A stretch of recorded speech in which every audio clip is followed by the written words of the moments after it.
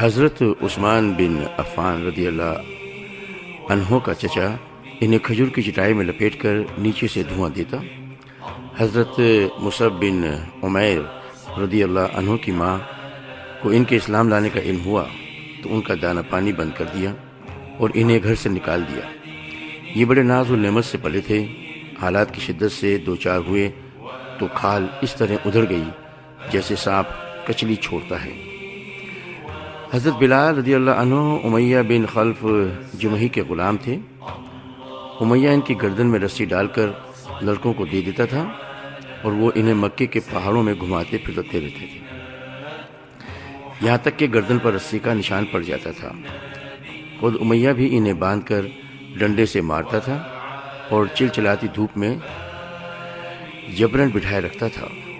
کھانا پانی بھی نہ دیتا بلکہ بھوکا پیاسا رکھتا تھا، اور اس سے کہیں بڑھ کر یہ ظلم کرتا تھا کہ جب دوپہر کی گرمی شباب پر ہوتی تو مکے کی پتھریلی کنکریوں پر لٹا کر سینے پر بھاری پتھر رکھوا دیتا، پھر کہتا خدا کی قسم تو اسی طرح پڑا رہے گا یہاں تک کہ مر جائے یا محمد کے ساتھ کفر کرے۔ حضرت بلال اس حالت میں بھی فرماتے احد احد۔ ایک روز یہی کارروائی کی جا رہی تھی کہ ابو بکر کا گزر ہوا۔ انہوں نے حضرت بلال کو ایک کالے غلام کے بدلے اور کہا جاتا ہے کہ 200 درہم یا 335 گرام چاندی یا 280 درہم 1 کلو سے زائد چاندی کے بدلے خرید کر آزاد کر دیا۔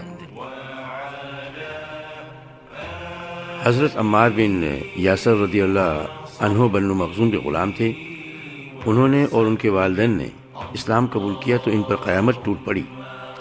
مشرکین جن میں ابو جہل پیش تھا، سخت دھوپ کے وقت انہیں پتھریلی زمین پر لے جا کر اس کی تپش سے سزا دیتے۔ ایک بار انہیں اسی طرح سزا دی جا رہی تھی کہ نبی اکرم صلی اللہ علیہ وسلم کا گزر ہوا۔ آپ نے فرمایا آل یاسر صبر کرنا، تمہارا ٹھکانہ جنت ہے۔ آخرکار یاسر ظلم کتاب نہ لا کر وفات پا گئے، اور سمیہ رضی اللہ عنہا جو حضرت عمار رضی اللہ عنہ کی والدہ تھیں، ان کی شرمگاہ میں ابو جہل نے نیزہ مارا اور وہ دم توڑ گئیں۔ یہ اسلام میں پہلی شہیدہ ہیں۔ حضرت عمار پر سختی کا سلسلہ جاری رہا۔ انہیں کبھی دھوپ میں تپایا جاتا تو کبھی ان کے سینے پر سرخ پتھر رکھ دیا جاتا اور کبھی پانی میں ڈبویا جاتا۔ اس سے مشرکین کہتے تھے کہ جب تک تم محمد کو گالی نہ دو گے یا لات و عزا کے بارے میں کلمہ خیر نہ کہو گے ہم تمہیں چھوڑ نہیں سکتے۔ حضرت عمار نے مجبوراً ان کی بات مان لی، پھر نبی اکرم صلی اللہ علیہ وسلم کے پاس روتے اور معذرت کرتے ہوئے تشریف لائے۔ اس پر یہ آیت نازل ہوئی من کفر باللہ من بعد ایمانہ الا من اکرم وقلبہ مطمئن بالایمان۔ جس نے اللہ پر ایمان لانے کے بعد کفر کیا، اس کے بعد اس کا غضب اور عذاب عظیم ہے، لیکن جسے مجبور کیا جائے اور اس کا دل ایمان پر مطمئن ہو اس پر کوئی گرفت نہیں۔ حضرت فقیہ جن کا نام افلاح تھا بنی عبدالدار کے غلام تھے، اور ان کے یہ مالکان ان کا پاؤں رسی سے باندھ کر انہیں زمین پر گھسیٹتے تھے۔ حضرت خباب بن ارت قبیلہ خزاعہ کی ایک عورت ام انمار کے غلام تھے۔ مشرکین انہیں طرح طرح کی سزائیں دیتے تھے، ان کے سر کے بال نوچتے تھے اور سختی سے گردن مروڑتے تھے۔ انہیں کئی بار دہکتے انگاروں پر لٹا کر اوپر سے پتھر رکھ دیا تاکہ وہ اٹھ نہ سکیں۔ زنیرہ اور نہیدیہ اور ان کی صاحبزادی اور ام عبیس یہ سب لونڈیاں تھیں۔ انہوں نے اسلام قبول کیا اور مشرکین کے ہاتھوں اس طرح کی سنگین سزاؤں سے دوچار ہوئیں جن کے چند نمونے ذکر کیے جا چکے ہیں۔ قبیلہ بنی عادی کے ایک خانوادے بنی معمل کی ایک لونڈی مسلمان ہوئیں تو انہیں حضرت عمر بن خطاب جو بنی عادی سے تعلق رکھتے تھے اور ابھی مسلمان نہیں ہوئے تھے، اس قدر مارتے تھے کہ مارتے مارتے خود تھک جاتے تھے، اور اس کے بعد کہتے تھے کہ میں نے تجھے کسی مروت کی وجہ سے نہیں بلکہ محض تھک جانے کی وجہ سے چھوڑا ہے۔ آخرکار حضرت ابوبکر رضی اللہ عنہ نے حضرت بلال اور عامر بن قہیرہ کی طرح ان لونیوں کو بھی خرید کر آزاد کر دیا۔ مشرکین نے سزا کی ایک شکل یہ بھی اختیار کی تھی کہ بعض صحابہ کو اونٹ اور گائے کی کچی کھال میں لپیٹ کر دھوپ میں ڈال دیتے تھے، اور بعض کو لوہے کی ذرہ پہنا کر جلتے ہوئے پتھر پر لٹا دیتے۔ در حقیقت اللہ کی راہ میں ظلم و جور کا نشانہ بننے والوں کی فہرست بڑی لمبی ہے اور بڑی تکلیف دہ بھی۔ حالت یہ تھی کہ جس کسی کے مسلمان ہونے کا پتہ چل جاتا تھا، مشرکین اس کے در پہ آزار ہو جاتے تھے۔ سیرت النبی کا یہ پروگرام آپ یعقوب علی کے ساتھ سن رہے ہیں۔ ان ستم رانائیوں کے مقابل حکمت کا تقاضا یہ تھا کہ رسول اللہ صلی اللہ علیہ وسلم مسلمانوں کو قولاً اور عملاً دونوں طرح اسلام کے اظہار سے روک دیں اور ان کے ساتھ خفیہ طریقے پر اکٹھے ہوں، کیونکہ اگر آپ ان کے ساتھ کھلم کھلا اکٹھا ہوتے تو مشرکین آپ کے تزکیہ نفس اور تعلیم و کتاب کی حکمت کے کام میں یقیناً رکاوٹ ڈالتے۔ اس کے نتیجے میں فریقین کے درمیان تصادم ہو سکتا تھا، بلکہ عملاً نبوت کے چوتھے سال میں ہو بھی چکا تھا، جس کی تفصیل یہ ہے کہ صحابہ اکرام گھاٹیوں میں اکٹھے ہو کر نماز پڑھا کرتے تھے۔ ایک بار کفار قریش کے کچھ لوگوں نے دیکھ لیا تو گالم گلوچ اور لڑائی جھگڑے پر اتر آنے۔ جواباً حضرت سعد بن ابی وقاص نے ایک شخص کو ایسی ضرب لگائی کہ اس کا خون بہہ پڑا، اور یہ پہلا خون تھا جو اسلام میں بہایا گیا۔ یہ واضح ہے کہ اگر اس طرح کا ٹکراؤ بار بار ہوتا اور طول پکڑ جاتا تو مسلمانوں کے خاتمے کی نوبت آ سکتی تھی۔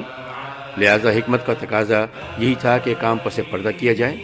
چنانچہ عام صحابہ کرام اپنا اسلام، اپنی عبادت، اپنی تبلیغ اور اپنے باہمی اجتماعات سب کچھ پس پردہ کرتے تھے۔ البتہ رسول اللہ صلی اللہ علیہ وسلم تبلیغ کا کام بھی مشرکین کے روبرو کھلم کھلا انجام دیتے تھے، اور عبادت کا کام بھی۔ کوئی چیز آپ کو اس سے روک نہیں سکتی تھی، تاہم آپ بھی مسلمانوں کے ساتھ خود ان کی مصلحت کے پیش نظر خفیہ طور سے جمع ہوتے تھے۔ ادھر ارقم مخزومی کا مکان کوہ صفا پر سرکشوں کی نگاہوں اور ان کی مجلسوں سے دور الگ تھلگ واقع تھا، اس لیے آپ نے 5ویں سن نبوت سے اسی مکان کو اپنی دعوت اور مسلمانوں کے ساتھ اپنے اجتماع کا مرکز بنا لیا۔ ذکر ہو رہا ہے پہلی ہجرت حبشہ۔ جور و ستم کا سلسلہ نبوت کے چوتھے سال کے درمیان یا آخر میں شروع ہوا تھا، اور ابتداً معمولی تھا، مگر دن بدن اور ماہ بماہ بڑھتا گیا، یہاں تک کہ نبوت کے 5ویں سال کا وسط آتے آتے اپنے شباب کو پہنچ گیا۔ حتیٰ کہ مسلمانوں کے لیے مکہ میں رہنا دوبھر ہو گیا، اور انہیں ان پہم ستم رانائیوں سے نجات کی تدبیر سوچنے کے لیے مجبور ہونا پڑا۔ انہی سنگین اور تاریک حالات میں سورہ کہف نازل ہوئی۔ یہ اصلاً تو مشرکین کے پیش کردہ سوالات کے جواب میں تھی، لیکن اس میں جو 3 واقعات بیان کیے گئے، ان واقعات میں اللہ تعالیٰ کی طرف سے اپنے مومن بندوں کے لیے مستقبل کے بارے میں نہایت بلیغ اشارات تھے۔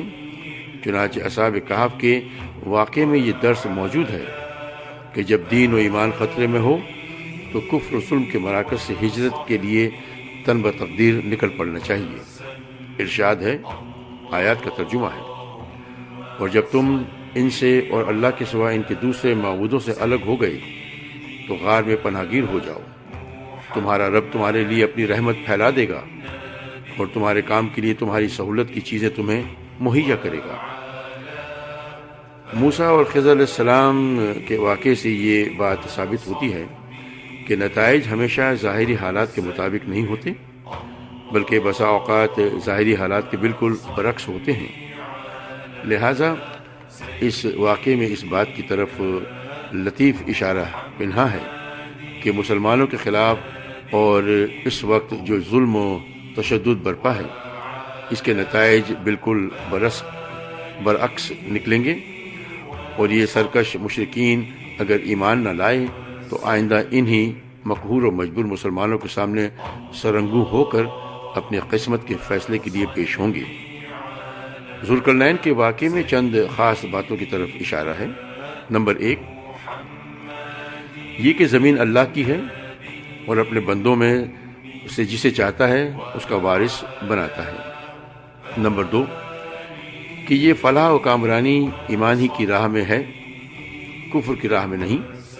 نمبر 3، یہ کہ اللہ تعالیٰ رہ رہ کر اپنے بندوں میں سے ایسے افراد کھڑے کرتا رہتا ہے جو مجبور و مقہور انسانوں کو اس دور کے یاجوج یا ماجوج سے نجات دلاتے ہیں۔ نمبر 4، یہ کہ اللہ کے صالح بندے ہی زمین کی وارثت کے سب سے زیادہ حقدار ہیں۔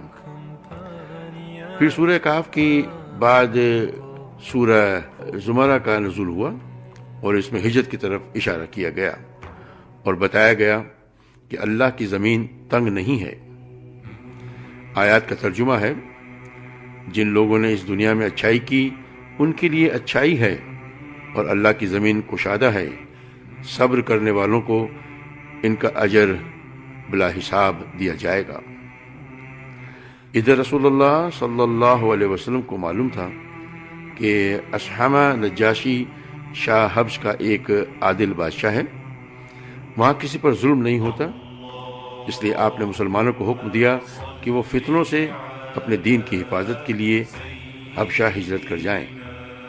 اس کے بعد ایک طے شدہ پروگرام کے مطابق رجب کے مہینے میں نبوت کے 5ویں سال میں صحابہ اکرام کے پہلے گروہ نے حبشہ کی جانب ہجرت کی۔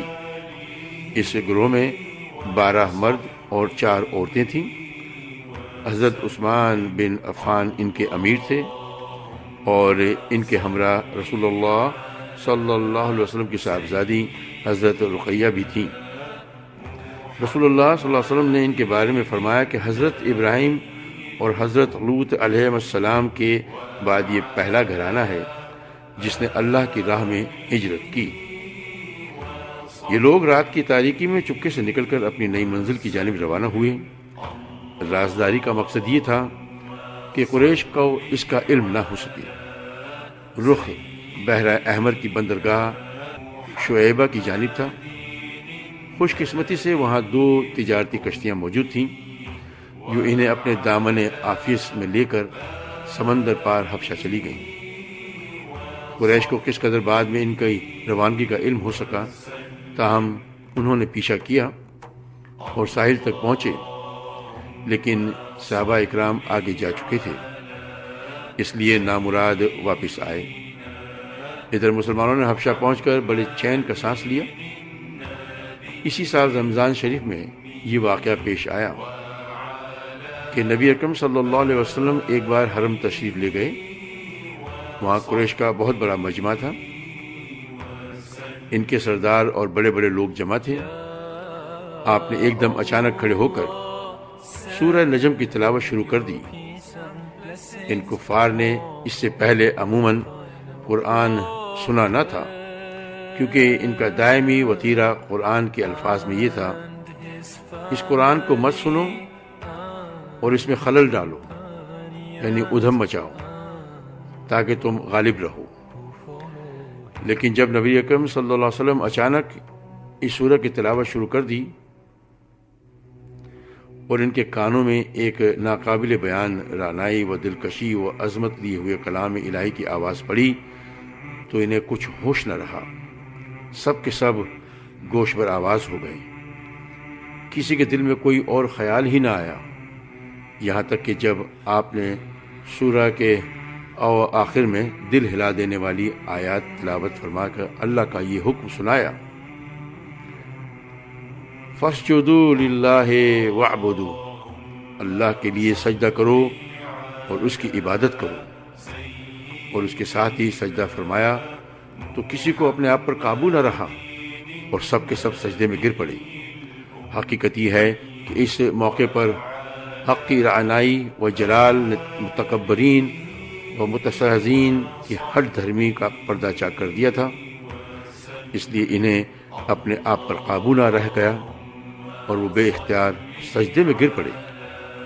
بعد میں انہیں احساس ہوا کہ کلام الہی کے جلال نے ان کی لگام موڑ دی اور وہ ٹھیک وہی کام کر بیٹھے جسے مٹانے اور ختم کرنے کے لیے انہوں نے ایڑی سے چوٹی تک کا زور لگا رکھا تھا۔ اور اس کے ساتھ ہی اس واقعے میں غیر موجود مشرکین نے ان پر ہر طرح کے عتاب و ملامت کی بوچھار شروع کری تو ان کے ہاتھوں کے طوطے اڑ گئے اور انہوں نے اپنی جان چھڑانے کے لیے رسول اللہ صلی اللہ علیہ وسلم پر اور یہ جھوٹ گھڑا کہ آپ نے ان کے بتوں کا ذکر عزت و احترام سے کرتے ہوئے یہ کہا تھا۔ آیات کا ترجمہ ہے، یہ بلند پایا دیویاں ہیں اور ان کی شفاعت کی امید کی جاتی ہے، حالانکہ یہ صحیح جھوٹ تھا جو محض اس لیے گھڑ لیا گیا تھا کہ نبی اکرم صلی اللہ علیہ وسلم کے ساتھ سجدہ کرنے کی جو غلطی ہو گئی ہے اس لیے ایک معقول عذر پیش کیا جا سکے۔ اور ظاہر ہے کہ جو لوگ نبی اکرم صلی اللہ علیہ وسلم پر ہمیشہ جھوٹ گھڑتے اور پھر آپ کے خلاف ہمیشہ وسیسہ کاری اور افتراء پروازی کرتے رہتے تھے، وہ اپنا دامن بچانے کے لیے اس طرح کا جھوٹ کیوں نہ گھڑتے۔ بہرحال مشرکین کے سجدے کرنے کے اس واقعے کی خبر حبشہ کے مہاجرین کو بھی معلوم ہوئی، لیکن اپنی اصل صورت سے بالکل ہٹ کر، یعنی انہیں یہ معلوم ہوا کہ قریش مسلمان ہو گئے ہیں، چنانچہ انہوں نے ماہ شوال میں مکہ واپسی کی راہ لی۔ لیکن جب اتنے قریب آ گئے کہ مکہ ایک دن سے بھی کم فاصلے پر رہ گیا تو حقیقت حال اشکارا ہوئی۔ اس کے بعد کچھ لوگ تو سیدھے حبشہ پلٹ گئے اور کچھ لوگ چھپ چھپا کر یا قریش کے کسی آدمی کی پناہ لے کر مکے میں داخل ہو گئے۔ ذکر ہو رہا ہے دوسری ہجرت حبشہ کا۔ اس کے بعد ان مہاجرین پر خصوصاً اور مسلمانوں پر عموماً قریش کا ظلم و تشدد، جور و ستم اور بڑھ گیا، اور ان کے خاندان والوں نے انہیں خوب ستایا، کیونکہ قریش کو ان کے ساتھ نجاشی کے حسن سلوک کی جو خبر ملی تھی اس پر وہ نہایت ہی چیں بچیں تھے۔ ناچار رسول اللہ صلی اللہ علیہ وسلم نے صحابہ اکرام کو پھر ہجرت حبشہ کا مشورہ دیا، لیکن یہ دوسری ہجرت پہلی ہجرت کے بالمقابل اپنے دامن میں زیادہ مشکلات لیے ہوئے تھی، کیونکہ اب کی بار قریش پہلے سے ہی چوکنا تھے اور ایسی کسی کوشش کو ناکام بنانے کا تہیہ کیے ہوئے تھے، لیکن مسلمان ان سے کہیں زیادہ مستعد ثابت ہوئے اور اللہ نے ان کے لیے سفر آسان بنا دیا۔ چنانچہ وہ قریش کی گرفت میں آنے سے پہلے ہی شاہ حبشہ کے پاس پہنچ گئے۔ اس دفعہ کل 82 یا 83 مردوں نے ہجرت کی۔ حضرت عمار کی ہجرت مختلف فی ہے اور 18 یا 19 عورتیں ہیں۔ علامہ منصور پوری نے یقین کے ساتھ عورتوں کی تعداد 18 لکھی ہے۔ مہاجرین حبشہ کے خلاف قریش کی سازش۔ مشرکین کو سخت قلق تھا کہ مسلمان اپنی جان اور اپنا دین بچا کر ایک پرامن جگہ بھاگ گئے ہیں، لہذا انہوں نے عمر بن عاص اور عبداللہ بن ربیعہ کو، جو گہری سوجھ بوجھ کے مالک تھے اور ابھی مسلمان نہیں ہوئے تھے، ایک اہم سفارتی مہم کے لیے منتخب کیا اور ان دونوں کو نجاشی اور بطریقوں کی خدمت میں پیش کرنے کے لیے بہترین تحفے اور ہدیے دیے کہ حبش روانہ کیا۔ ان دونوں نے پہلے حبشہ پہنچ کر بطریقوں کو تحائف پیش کیے، پھر انہیں اپنے ان دلائل سے آگاہ کیا جن کی بنیاد پر وہ مسلمانوں کو حبش سے نکلوانا چاہتے تھے۔ جب بطریقوں نے اس بات سے اتفاق کر لیا کہ وہ نجاشی کو مسلمانوں کے نکال دینے کا مشورہ دیں گے، تو یہ دونوں نجاشی کے حضور حاضر ہوئے اور تحفے تحائف پیش کر کے اپنا مدعا یوں عرض کیا: اے بادشاہ، آپ کے ملک میں ہمارے کچھ ناسمجھ نوجوان بھاگ آئے ہیں، انہوں نے اپنی قوم کا دین چھوڑ دیا ہے، لیکن آپ کے دین میں بھی داخل نہیں ہوئے ہیں، بلکہ ایک نیا دین ایجاد کیا ہے جسے نہ ہم جانتے ہیں نہ آپ۔ ہمیں آپ کی خدمت میں انہی کی بابت ان کے والدین، چچاؤں اور کنبے قبیلے کے عمائے دین نے بھیجا ہے۔ مقصد یہ ہے کہ آپ انہیں ان کے پاس واپس بھجوا دیں، لیکن وہ لوگ ان پر کڑی نگاہ رکھ سکتے ہیں اور ان کی خامی اور عتاب کے اسباب کو بہتر طور پر سمجھتے ہیں۔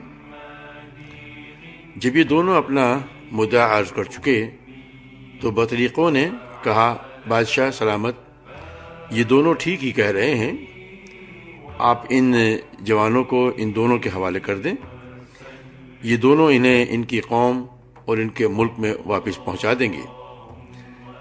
لیکن نجاشی نے سوچا کہ اس قضیے کو گہرائی سے کھنگالنا اور اس کے تمام پہلوؤں کو سننا ضروری ہے۔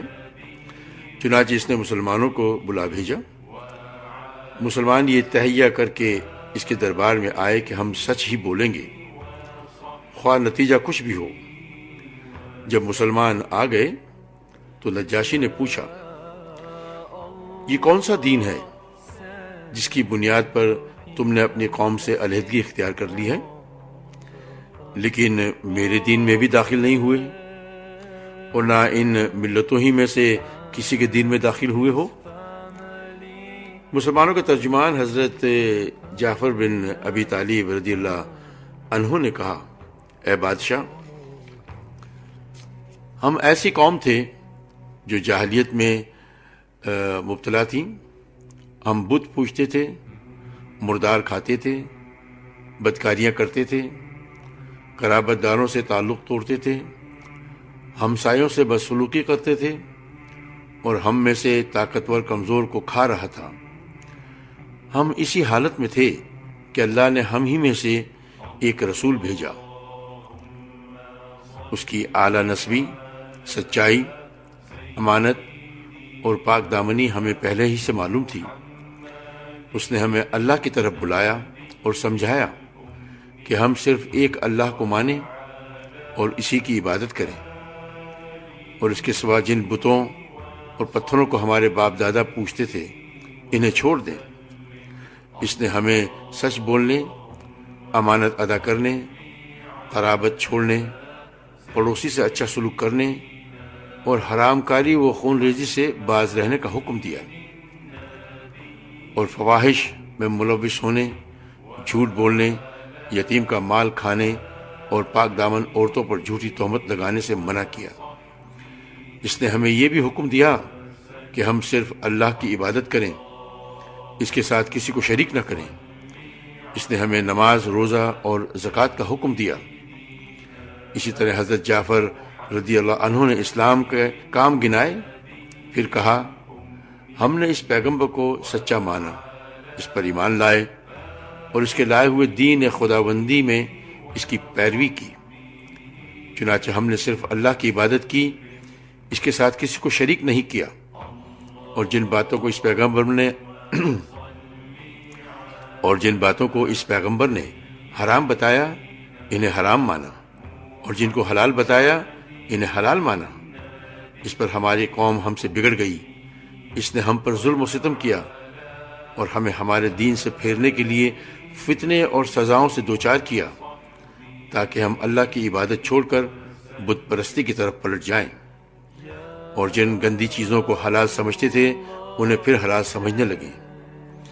جب انہوں نے ہم پر بہت قہر و ظلم کیا، زمین تنگ کر دی اور ہمارے درمیان اور ہمارے دین کے درمیان روک بن کر کھڑے ہو گئے، تو ہم نے آپ کے ملک کی راہ لی اور دوسروں پر آپ کو ترجیح دیتے ہوئے آپ کی پناہ میں رہنا پسند کیا، اور یہ امید کی کہ اے بادشاہ، آپ کے پاس ہم پر ظلم نہیں کیا جائے گا۔ نجاشی نے کہا، وہ پیغمبر جو کچھ لائے ہیں اس میں سے کچھ تمہارے پاس ہے؟ حضرت جعفر نے کہا، ہاں۔ نجاشی نے کہا، ذرا مجھے بھی پڑھ کر سناؤ۔ حضرت جعفر نے سورہ مریم کی ابتدائی آیات تلاوت فرمائی۔ نجاشی اس قدر رویا کہ اس کی داڑھی تر ہو گئی۔ نجاشی کے تمام اسقف بھی حضرت جعفر کی تلاوت سن کر اس قدر روئے کہ ان کے صحیفے تر ہو گئے۔ پھر نجاشی نے کہا کہ یہ کلام وہ کلام جو حضرت عیسیٰ علیہ السلام لے کر آئے تھے، دونوں ایک ہی شمعدان سے نکلے ہوئے ہیں۔ اس کے بعد نجاشی نے عمر بن عاص اور عبداللہ بن ربیعہ کو مخاطب کر کے کہا کہ تم دونوں چلے جاؤ، میں ان لوگوں کو تمہارے حوالے نہیں کر سکتا، اور نہ یہاں ان کے خلاف کوئی چال چلی جا سکتی ہے۔ اس حکم پر وہ دونوں وہاں سے نکل گئے، لیکن پھر عمر بن عاص نے عبداللہ بن ربیعہ سے کہا، خدا کی قسم کل ان کے متعلق ایسی بات لاؤں گا کہ ان کی ہریالی کی جڑ کاٹ کر رکھ دوں گا۔ عبداللہ بن ربیعہ نے کہا، نہیں، ایسا نہ کرنا، ان لوگوں نے اگرچہ ہمارے خلاف کیا ہے لیکن ہیں بہرحال ہمارے ہی اپنے کنبے قبیلے کے لوگ۔ مگر عمر بن عاص اپنی رائے پر اڑے رہے۔ اگلا دن آیا تو عمر بن عاص نے نجاشی سے کہا، اے بادشاہ، یہ لوگ عیسیٰ ابن مریم کے بارے میں ایک بڑی بات کہتے ہیں۔ اس پر نجاشی نے مسلمان کو پھر بلا بھیجا اور پوچھنا چاہا تھا کہ حضرت عیسیٰ علیہ السلام کے بارے میں مسلمان کیا کہتے ہیں۔ اس دفعہ مسلمانوں کو گھبراہٹ ہوئی، لیکن انہوں نے طے کیا کہ سچ ہی بولیں گے، نتیجہ خواہ کچھ بھی ہو۔ چنانچہ جب مسلمان نجاشی کے دربار میں حاضر ہوئے اور اس نے سوال کیا تو حضرت جعفر رضی اللہ عنہ نے فرمایا، ہم عیسیٰ علیہ السلام کے بارے میں وہی بات کہتے ہیں جو ہمارے نبی صلی اللہ علیہ وسلم لے کر آئے ہیں، یعنی حضرت عیسیٰ علیہ السلام اللہ کے بندے، اس کے رسول، اس کی روح اور اس کا وہ کلمہ ہے جس سے اللہ نے کماری پاک دامن حضرت مریم علیہ السلام کی طرف القا کیا تھا۔ اس پر نجاشی نے زمین سے ایک تنکا اٹھایا اور بولا، خدا کی قسم جو کچھ تم نے کہا ہے حضرت عیسیٰ علیہ السلام اس سے اس تنکے کے برابر بھی بڑھ کر نہ تھے۔ اس پر برتقیوں نے کی آواز لگائی۔ نجاشی نے کہا، اگرچہ تم لوگ کہو۔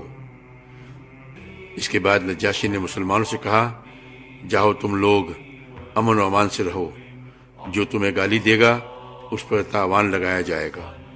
مجھے گوارا نہیں تم میں سے میں کسی آدمی کو ستاؤں اور اس کے بدلے مجھے سونے کا پہاڑ مل جائے۔ اس کے بعد اس نے اپنے حاشیہ نشینوں سے مخاطب ہو کر کہا، ان دونوں کو ان کے ہدیے واپس کر دو، مجھے ان کی کوئی ضرورت نہیں۔ خدا کی قسم اللہ تعالیٰ نے جب مجھے میرا ملک واپس کیا تھا تو مجھ سے کوئی رشوت نہیں لی تھی کہ میں اس کی راہ میں رشوت دوں۔ نیز اللہ نے میرے بارے میں لوگوں کی بات قبول نہ کی تھی کہ میں اللہ کے بارے میں لوگوں کی بات مانوں۔ حضرت ام سلمہ رضی اللہ عنہا، جنہوں نے اس واقعے کو بیان کیا ہے، کہتی ہیں کہ اس کے بعد وہ دونوں اپنے ہدیے تحفے لیے بے آبرو ہو کر واپس چلے گئے اور ہم نجاشی کے پاس ایک اچھے ملک میں ایک اچھے پڑوسی کے زیر سایہ مقیم رہے۔ یہ ابن اسحاق کی روایت ہے۔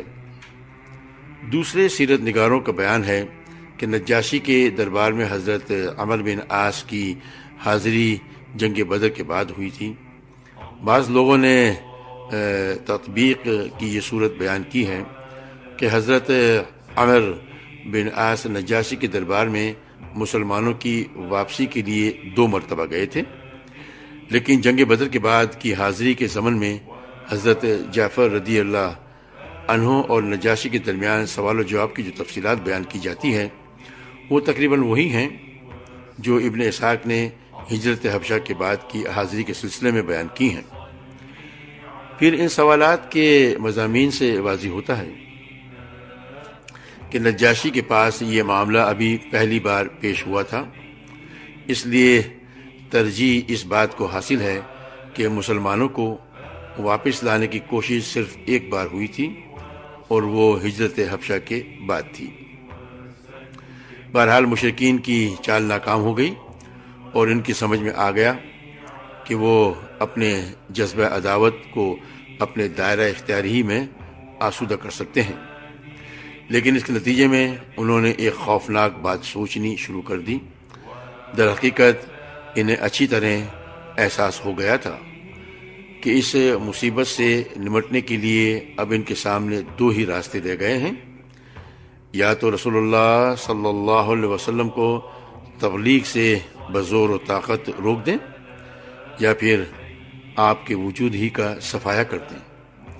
لیکن دوسری صورت حد جزا مشکل تھی، کیونکہ ابو طالب آپ کے محافظ تھے اور مشرکین کے عزائم کے سامنے آہنی دیوار بنے ہوئے تھے، اس لیے یہی مفید سمجھا گیا کہ ابو طالب سے دو باتیں ہو جائیں۔